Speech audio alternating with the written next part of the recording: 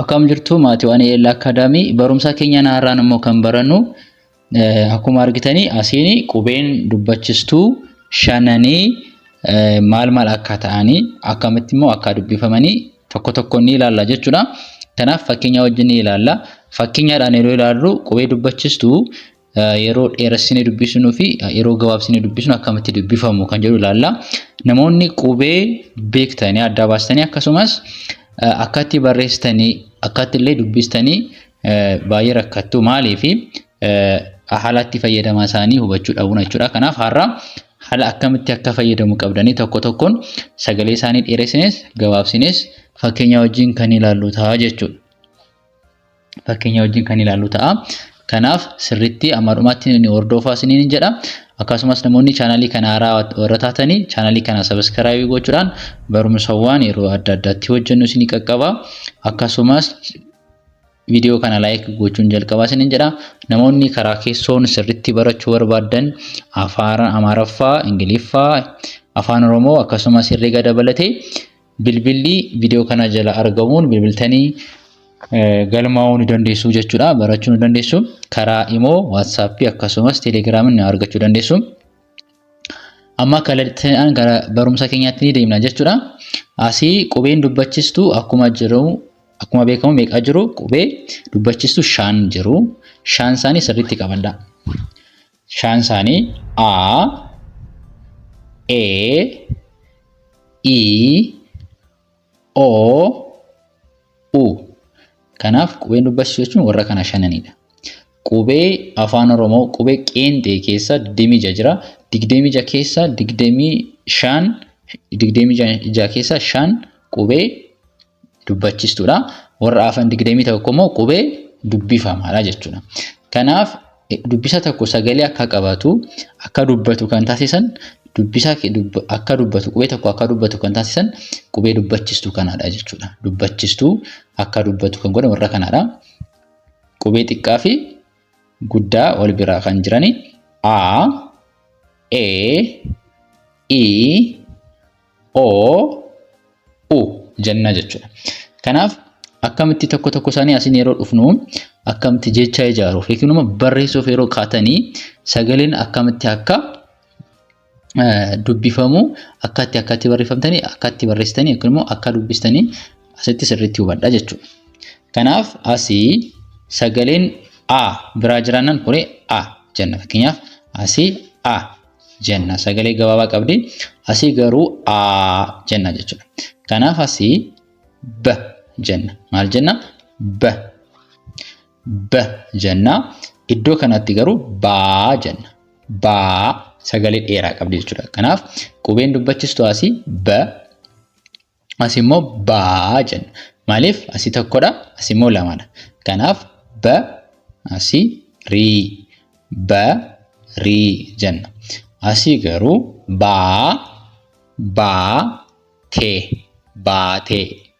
Baatee jenna jechuudha.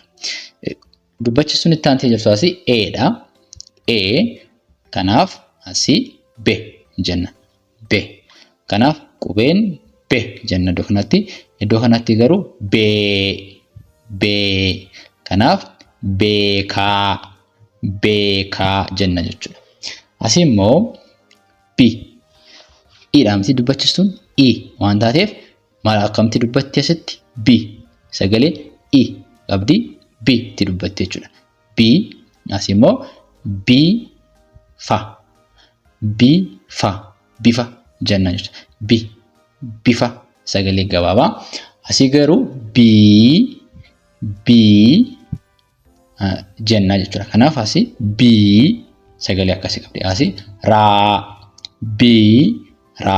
biiraa jenna. Asiin qubeen dubbachistuu asii jirtu Oodha. O waan taateef asii boo jenna.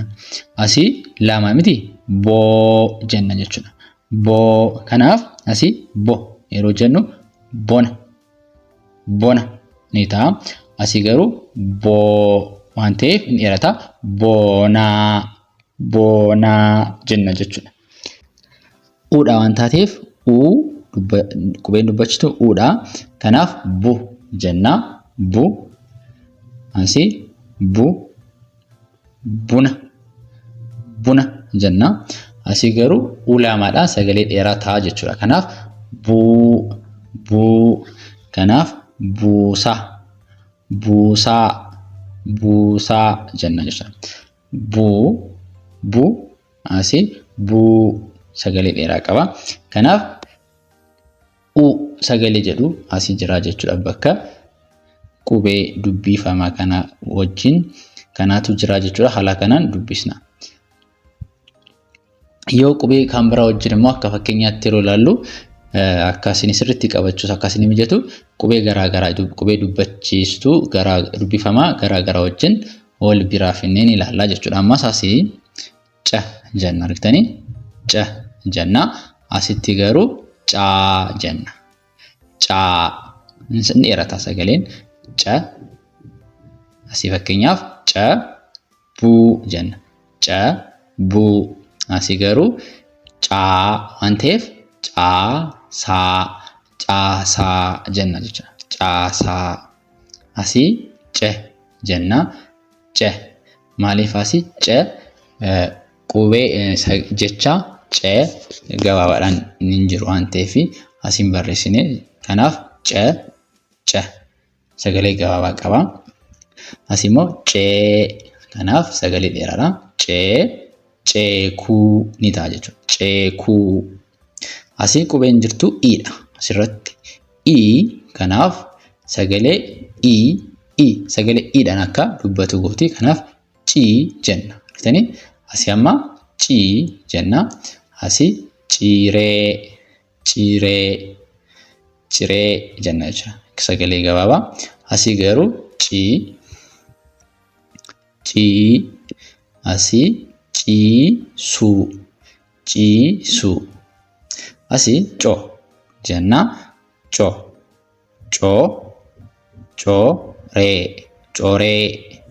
Coree jenna. Asii sagalee dheeraa cooma jenna jechuudha. Asii cu jenna.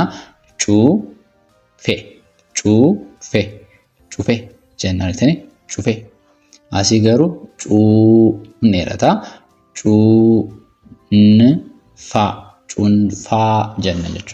Cuunfaa jenna jechuudha.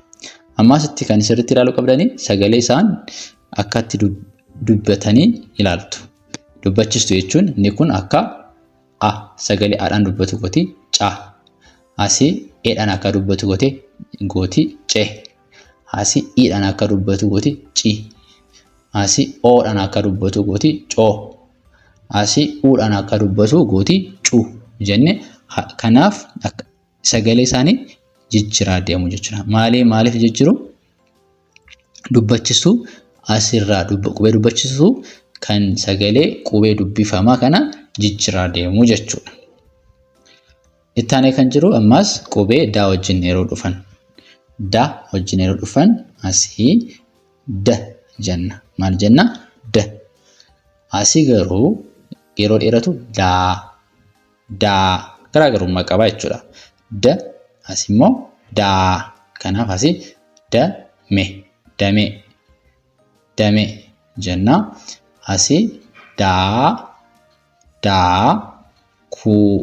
daakuu. Asii yoo de. Kanaaf deeloo. Asii deebii jenna. Deebii. Dee. Asii dide. Asii diiguu in dheerata. Diiguu. Asii do. Asii immoo do. Kanaaf jechi do gabaabaan jiru waan ta'eefidha. Do. Asii garuu doonii. Kan in dheerata. Doonii jenna jechuudha. Asii yoo utti dubbata. Du jenna. Du. Asii dura. Asii immoo duu argitanii lama waan ta'eef in dheerata. duulaa jenna jechuudha. Duulaa jenna jechuudha. Kanaaf asii da, de, di, do, du. Asii daa, dee, dii, doo, duu. Sagalee keenya hin dheerataa jechuudha. Ittaanee kan jiru immoo qubee fa wajjin qubee dubbachiistuu shanan akkamitti dubbifamu kan jedhu ilaalla. Asii fa jenna. Fa, fe, fi, fo, fu. Asii garuu faa hin dheerata argitanii. Faa, fee, fii, foo, fuu jenna. Kanaaf asii fa jira. Fa go. Fa go. Fa go. Asii faa ya. Faa ya. Faaya. Asii fe. Fe. Asii qubee dachaadha. Daa fi haa walitti dhii jenna. Fedhii. Fedhii. Asii fee, tuu, fee, fee, tuu, feetuu jenna. Asii fii jenna. Fi, fixuu, fixuu. Asii immoo fii, fiigaa, fiigaa, fiigaa. Asii fo, fo'a, fo'a, fo'a. Asii foo, foon, foon, foon. Asii fu, fe, fufe, fufe jenna. Asii fuu, fuula, fuulaa, fuulaa jenna jechuudha. Kanaaf fa, faa, fe, fee, fi, fii, fo, foo, fu, fuu jennee haala kanaan ni dubbisnaa jechuudha. Kanaaf viidiyoo keenya har'aa kana fakkaata. Viidiyoowwan kana dubbachiistuun sirriitti amma hubattanitti viidiyoowwan garaagaraa isiniif nan hojjedha jechuudha. Qubeen dubbifama garaagaraa wajjin karaa fuulduraa isiniin hojjedha. Kanaaf viidiyoo kana amma kana ilaaltaniin laayikii godhaa. Isiniin jedha akkasumas chaanaalii kanaaf haaraa yoo taatan immoo sabiskiraayib gochuun maatii ta'a. Barumsa garaagaraa isiniif gadhiifamaa jechuudha. Kanaaf namoonni karaa keessoon barachuu barbaadan afaan barbaadanii barumsa barbaadanii barachuu ni dandeessu. Kanaaf bilbilli viidiyoo kana jala argamuun karaa Imo, WhatsApp akkasumas Telegram ni argachuu dandeessu. Heeloonuun jedha isiniin nu argattu. Viidiyoo keenya har'aa kana fakkaata ture. Viidiyoo biraan amma walitti deebinutu nagaan tura.